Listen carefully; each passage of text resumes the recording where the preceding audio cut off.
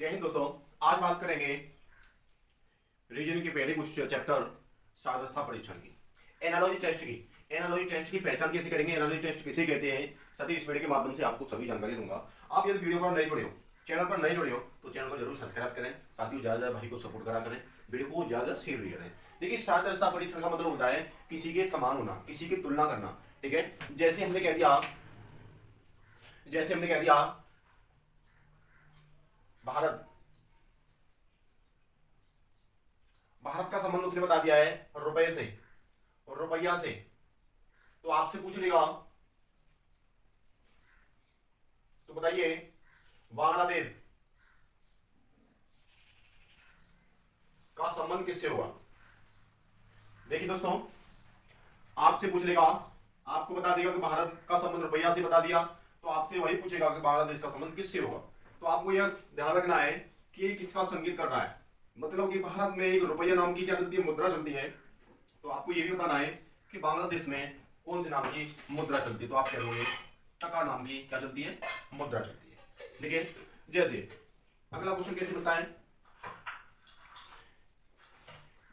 ए अनुपात जेड बराबर, ए की वैल्यू या ए का मान जेड के बराबर है, तो बताइए एच का मान किसके बराबर होगा। जैसे उसने बता दिया है कि ए बराबर जेड, आपको ये देखना है कि कैसे बनना है ये।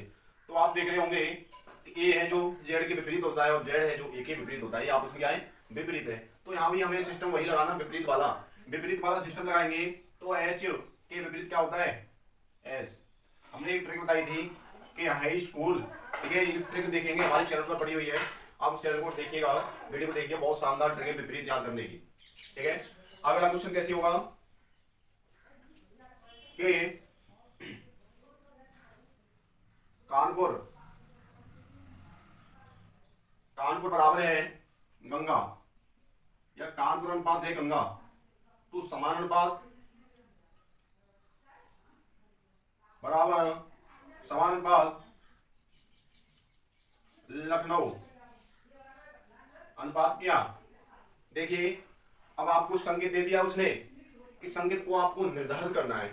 थोड़ी सी आप लॉजिक लगाओगे तो आप समझ जाओगे, आपने ये पढ़ा है कि जिस प्रकार कानपुर है जो गंगा नदी के तट पर स्थित है, ठीक है, तो उसने बता दिया कि गंगा के तट पर स्थित है, उसकी यही संकेत उसने दे दिया है। तो यही संकेत आगे क्वेश्चन में लगाएंगे उस जिसने उसे पूछा है। तो लखनऊ किस नदी के तट पर होगा, तो आप बता देंगे भैया लखनऊ है जो गोमती नदी के तट पर है।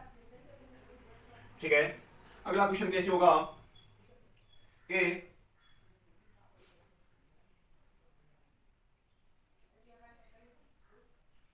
जापान जापान अनुपात येन है समान अनुपात चीन अनुपात क्या। देखिए, जापान जापान का उसने संकेत बताया येन से, संबंध जापान का येन से है, तो चीन का संबंध किससे हुआ। तो आपको ये ध्यान रखना है कि जापान ये क्या है, जापान की ये क्या है। तो आप कह दोगे जापान की एक नाम मुद्रा है, क्या है, एक रुपया। जैसे हमारे भारत में रुपया नाम की मुद्रा चलती है, उसी प्रकार जापान में मुद्रा है जो ये नाम की चलती है। तो यहाँ पर भी हम बता देंगे चीन में किस नाम की मुद्रा चलती है, तो आप टिक कर दो भैया युआन। ठीक है, युआन नाम की मुद्रा चीन में प्रयोग की जाती है। अगला क्वेश्चन, जैसे जैसे बोलेगा 1/9 अनुपात 1/81, तो समान अनुपात 1/11 आगे क्या। देखिए 1/9 1/81, मतलब कि 1 का वर्ग करेंगे 1 होता है, 9 का वर्ग करेंगे 81 हो गया, 1 का वर्ग करेंगे 1 होगा, और 11 का वर्ग करेंगे तो 121 होगा। तो यहाँ पर उसने वर्ग पर सीधे बना दी। यहाँ पर वर्ग भी आ सकता है, घन भी आ सकता है, राजधानी भी आ सकती है, मुद्रा भी आ सकती है, मतलब अंतरराष्ट्रीय भी आ सकता है, कुछ भी आ सकता है। ठीक है, यहाँ से सारदस्था परीक्षण के क्वेश्चन कहीं से भी उठा सकता है, वर्णमाला से भी आ सकता है। ठीक है, तो आपको ये सभी तैयार, बस सभी चीजें तैयार करनी है। जैसे आगे पूछ लेगा थर्मामीटर थर्मामीटर का संबंध उसने तापमान से बता दिया है। तो बताइए भैया सिस्मोग्राफ है जो किसको संकेत करेगा। भैया पहले इस संकेत हमें देखना है किसका संकेत कर रहे हो। थर्मामीटर का संबंध तापमान से बता दिया हमने, तो आप समझोगे कि जो थर्मामीटर है वो तापमान नापने का कार्य करता है। ठीक है, तो सिस्मोग्राफ किस चीज को नापने का कार्य करता है, तो आप बता दोगे कि सिस्मोग्राफ है जो भूकंप की तीव्रता नापने का कार्य करता है, भूकंप की तीव्रता नापने का कार्य करता है। ठीक है, अगला,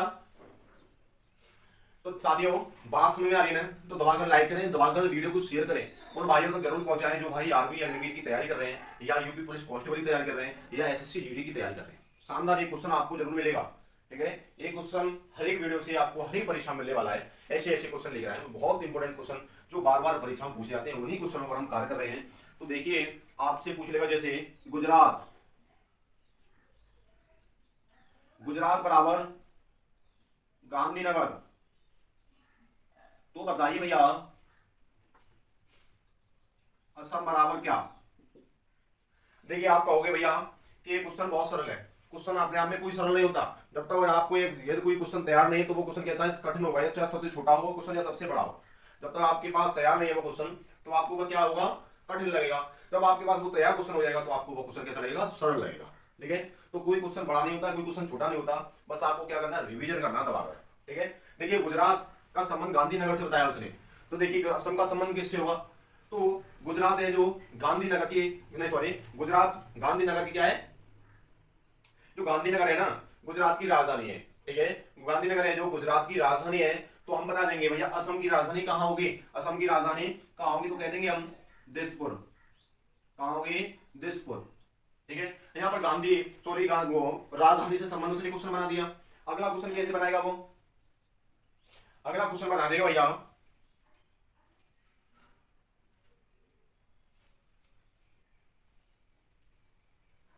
देखिए दाब, दाब का अनुपात पास्कल से बता दिया उसने, दाब का संबंध है तो पास्कल से है। तो बताइए भैया बल का संबंध किससे होगा, बल का संबंध किससे होगा, देखिए यहाँ पर किस का संकेत कर रहा है वो, देखिए दाब, दाब मतलब यहाँ पर किसका मात्रक है, मात्रक का संकेत उसने कर दिया है कि यदि आपको मात्रक याद है तो आप इस क्वेश्चन को क्या कर सकते हो, हल कर सकते हो, यदि आपको मात्रक याद नहीं तो आप इस क्वेश्चन पर क्या होगा, मामला फेल हो जाएगा। तो देखिए दाब का मात्रक होता है पास्कल, तो बल का मात्रक क्या होता है भैया, आप कह दोगे न्यूटन होता है, क्या होगा, न्यूटन होगा। बात समझ में आ रही है ना, चलिए अगला क्वेश्चन कैसे होगा, अगला क्वेश्चन देखेगा,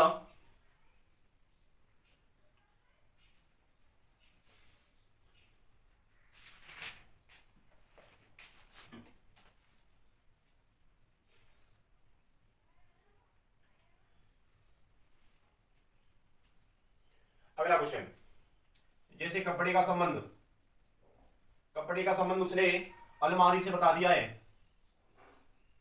कपड़े का संबंध अलमारी है, तो बताइए चिड़िया का संबंध किससे होगा, चिड़िया का संबंध किससे होगा, देखिए उसने स्थान बताया, रखने का स्थान, जहां पर कोई चीज रखी जाती है, कोई चीज रखी जाती है। देख कपड़े कहाँ रखी जाती है, अलमारी में रखी जाती है, तो चिड़िया रखी, चिड़िया है जो कहाँ रखी जाती है, रुकने का स्थान क्या है, तो उसे कहते हैं चिड़ियाघर, चिड़िया जहां रुकती है उसे चिड़ियाघर कहते हैं भैया, कहते हैं ना।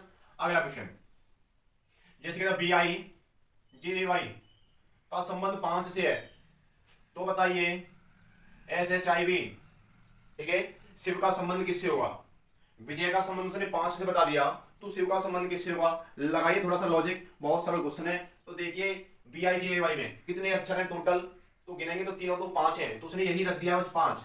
तो आप देखेंगे इस शिव में कितने अक्षर हैं, तो इसमें कितने अक्षर हैं, 4, तो शिव का संबंध 4 से हो जाएगा, 4 से हो जाएगा। बात समझ में आ रही है ना, चलिए अगला क्वेश्चन कैसे होगा, अगला क्वेश्चन,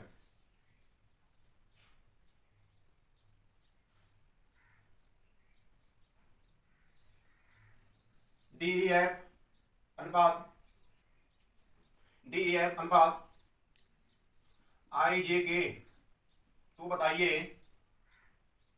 एम एन ओ का संबंध किससे होगा, देखिए डीईएफ का संबंध आई जे के से बता दिया उसने, तो एम एन ओ का संबंध किससे होगा, लगाइए लॉजिक, थोड़े थोड़े छोटे छोटे क्वेश्चन है ये, कैसे छोटे छोटे क्वेश्चन है, बहुत ही आसानी वाले क्वेश्चन है जो आप थोड़ी सी लॉजिक के साथ लगा सकते हो और इनको क्या कर सकते हो, हल कर सकते हो।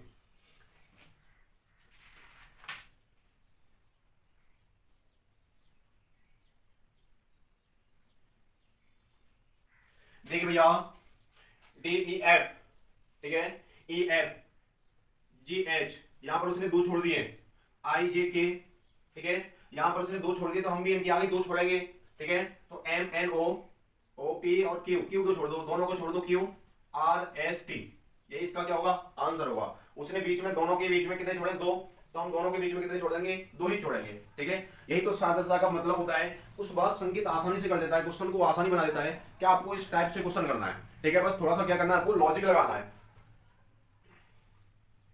देखिए आपसे कह दिया वो दिशा, सॉरी पूर्व का संबंध दिशा से है, पूर्व का संबंध दिशा से है, तो बताइए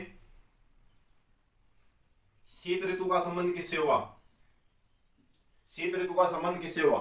जब दूसरी कोई क्लास लेके जाएंगे एनालॉजी टेस्ट की, तो उसमें इससे लेवल होगी, इससे लोअर हाई लेवल की होंगे क्वेश्चन, थोड़े से ये नॉर्मल लेवल के क्वेश्चन है जो आप सभी कर सकते हैं, परंतु इससे अगली वीडियो आएगी, जो अगली क्लास आएगी उसमें थोड़े से इससे अपर क्वेश्चन होंगे। ठीक है, देखिएगा पूर्व, पूर्व क्या है, दिशा ही तो है, इसने दिशा का संबंध बताया है। एक पूर्व एक दिशा नाम की क्या है स्थान है। तो शीत ऋतु क्या है, ये मौसम का क्या है, एक भाग है। मौसम का क्या है भैया, एक भाग है। ठीक है, शीत ऋतु, ग्रीष्म ऋतु, वर्षा ऋतु, ये सभी क्या है, ये मौसम की तो भाग है। उसी प्रकार दिशा के चार भाग हैं, चार अंग होते हैं। ठीक है, चार अंग होते हैं, उत्तर पूर्व दक्षिण पश्चिम, यही तो है। तो ये दिशाएं तो चारों, तो पूर्व का संबंध मैंने दिशा से बता दिया, तो शीत ऋतु का संबंध किससे होगा भैया, मौसम से होगा, क्योंकि मौसम के भाग है। ठीक है, आगे बात करेंगे, अगला क्वेश्चन कैसे होगा। देखिए केला का संबंध छिलका से है, केला का संबंध छिलका से है, तो बताइए दोस्तों अखरोट का संबंध किससे होगा, अखरोट का संबंध किससे होगा। केला का संबंध छिलका है, तो अखरोट का संबंध किससे होगा। देखिए केले पर क्या होता है, छिलका होता है, तो अखरोट पर क्या होता है भैया, एक सेल होता है। क्या होता है, एक सेल। ठीक है, अखरोट के ऊपर क्या होता है, एक सेल होता है, कवर होता है, जिसे सेल ही कहते हैं। जैसे छिलके का कवर, केले के कवर क्या होता है, छिलका होता है, उसी प्रकार अखरोट का जो कवर होता है उसे सेल कहते हैं। ये क्या कहते हैं, सेल कहते हैं।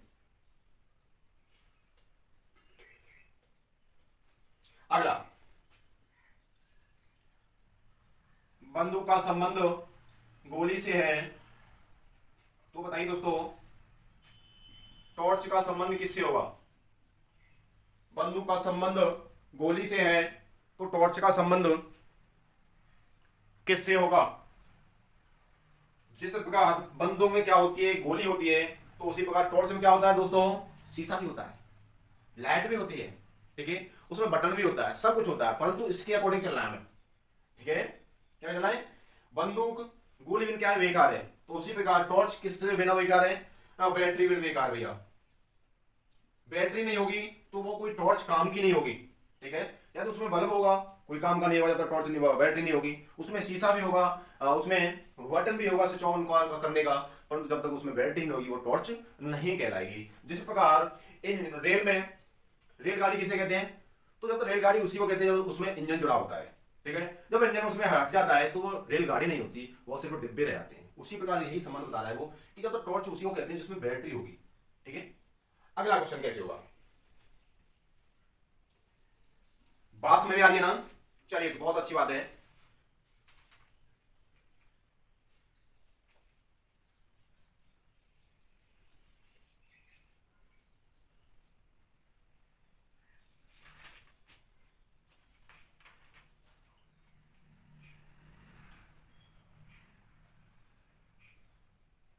चलिए तो अगला क्वेश्चन कैसे होगा,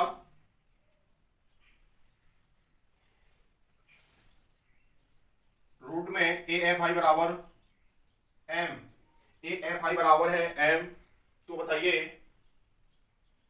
रूट में ए डबल डी बराबर क्या, रूट में ए डबल डी बराबर क्या। ए एफ आई बराबर एम है, तो रूट में ए डबल डी बराबर क्या। हल करेंगे इसे, तो देखिए ए एक पर आता है और एफ है जो 6 पर आती है, और आई है जो 9 पर आती है। जब इनको जोड़ेंगे, ठीक है, 9 और 6 कितने हुए, 15। ठीक है, ये जुड़ के नहीं हो रहे भैया, बन की बात सरल। देखिए इसे लिख देंगे, लिख दिया ना 169। ये किसका वर्ग होता है भैया, ये 13 का वर्ग होता है, 13 का वर्ग होता है ना, और 13 पर क्या आता है, वर्णमाला में एम आती है, यही तो बता रहा है वो। तो इसे ऐसे लिख देंगे 1 4 4, है ना। जब इसे रूट में देखेंगे 1 4 4 को, तो किसका वर्ग बता रहा है ये भैया? ये 12 का वर्ग बता रहा है। 12 के वर्णमाला में देखिए कौन सा अक्षर आता है वर्ग में, तो 12 में कह देंगे भैया एल आता है। आता है एल, तो यही इसका आंसर हुआ ए डबल डी रूट में। ठीक है, ए डबल डी का आंसर हुआ एल। आई बात समझ में? चलिए तो 20 क्वेश्चन कराएंगे इसमें वीडियो में। ठीक है, पहली क्लास में 20 क्वेश्चन होंगे और दूसरी क्लास में ही 20 क्वेश्चन होंगे। सारा दशा का मतलब ही खत्म हो जाएगा। ठीक है, इससे बाहर कोई क्वेश्चन नहीं आएगा। ठीक है, अगला ए जेड डब्ल्यू बराबर, ठीक है, ए जेड डब्ल्यू बराबर जी एफ सी, तो बताइए एल एस एम बराबर क्या? तो बताइए ए जेड डब्ल्यू बराबर जी एफ सी, तो एल एस एम बराबर क्या? तो देखिए इनका संकेत निकालिए, निकालेंगे इनके संकेत। संकेत कैसे निकालते हैं? इनके नंबर रखकर। हमेशा जब ऐसे ही क्वेश्चन मिले आपको तो इनके नंबर रख दो। जब बात कुछ समझ में नहीं आ रही ना, इनके जल्दी से जल्दी नंबर रख दो। नंबर से क्या होता है? आसान बन जाता है क्वेश्चन। ठीक है, देखिए नंबर रखेंगे इनको तो 1 6 सॉरी 26 23 7 6 3। ठीक है, 12 19 13। अब पहले का संबंध इससे बनाएंगे। देखिए एक से हम पहले का संबंध पहले से, 1 से हम 7 पे जाएंगे कितने जोड़े? 6।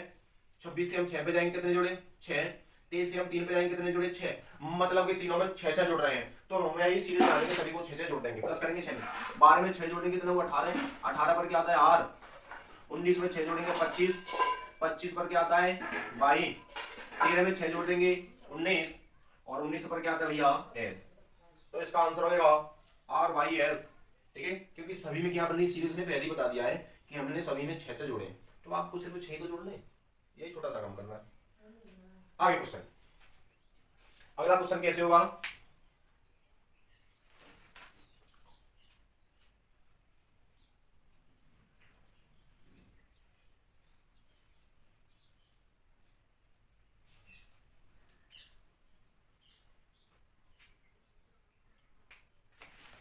अगला क्वेश्चन,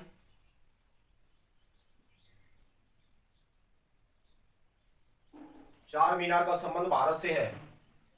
भैया चार मीनार है जो भारत में, संबंध बता दिया उसने, तो बताइए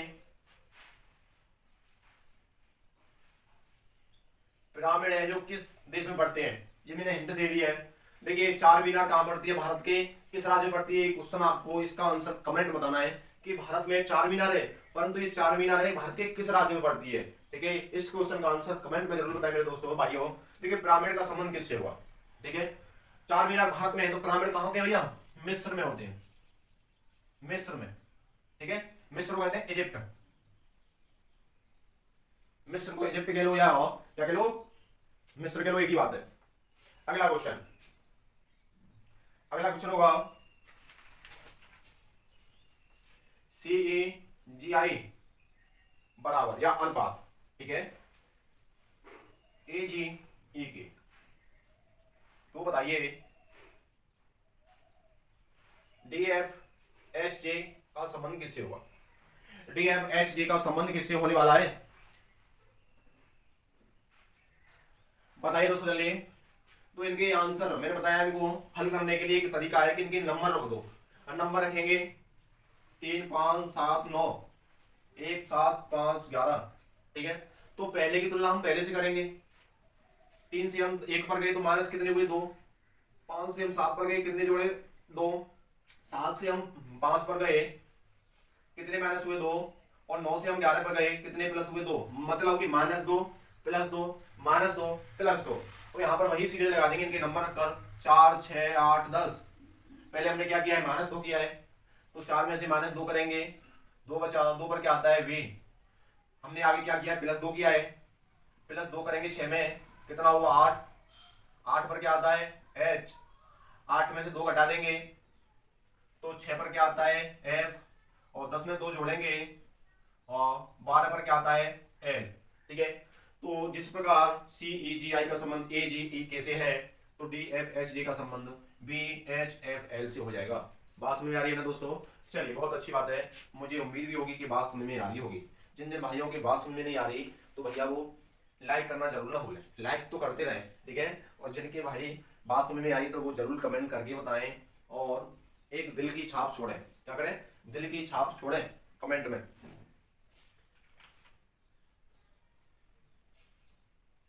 देखिए आराम से, दयालु, दयालु का संबंध परोपकारी से है, तो दयालु का संबंध परोपकारी से बता दिया है।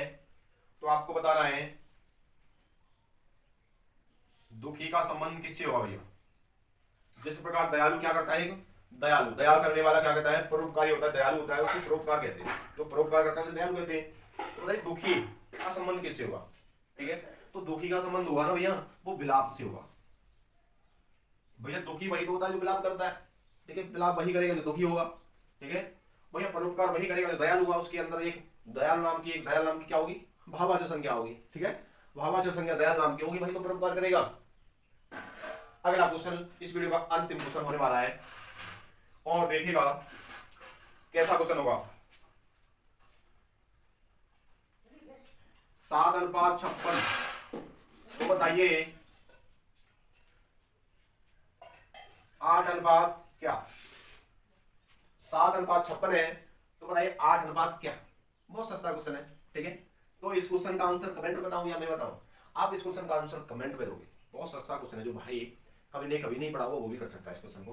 तो देखिए साथियों, आप अपना प्यार हमें भाई को देते रहें और ज्यादा सपोर्ट करते रहें। वीडियो को ज्यादा शेयर करो मेरे दोस्तों, मेरे भाइयों, जो भी मेरी वीडियो को देखते हैं, मेरे चैनल को सब्सक्राइब किया, बहुत बहुत धन्यवाद आपका।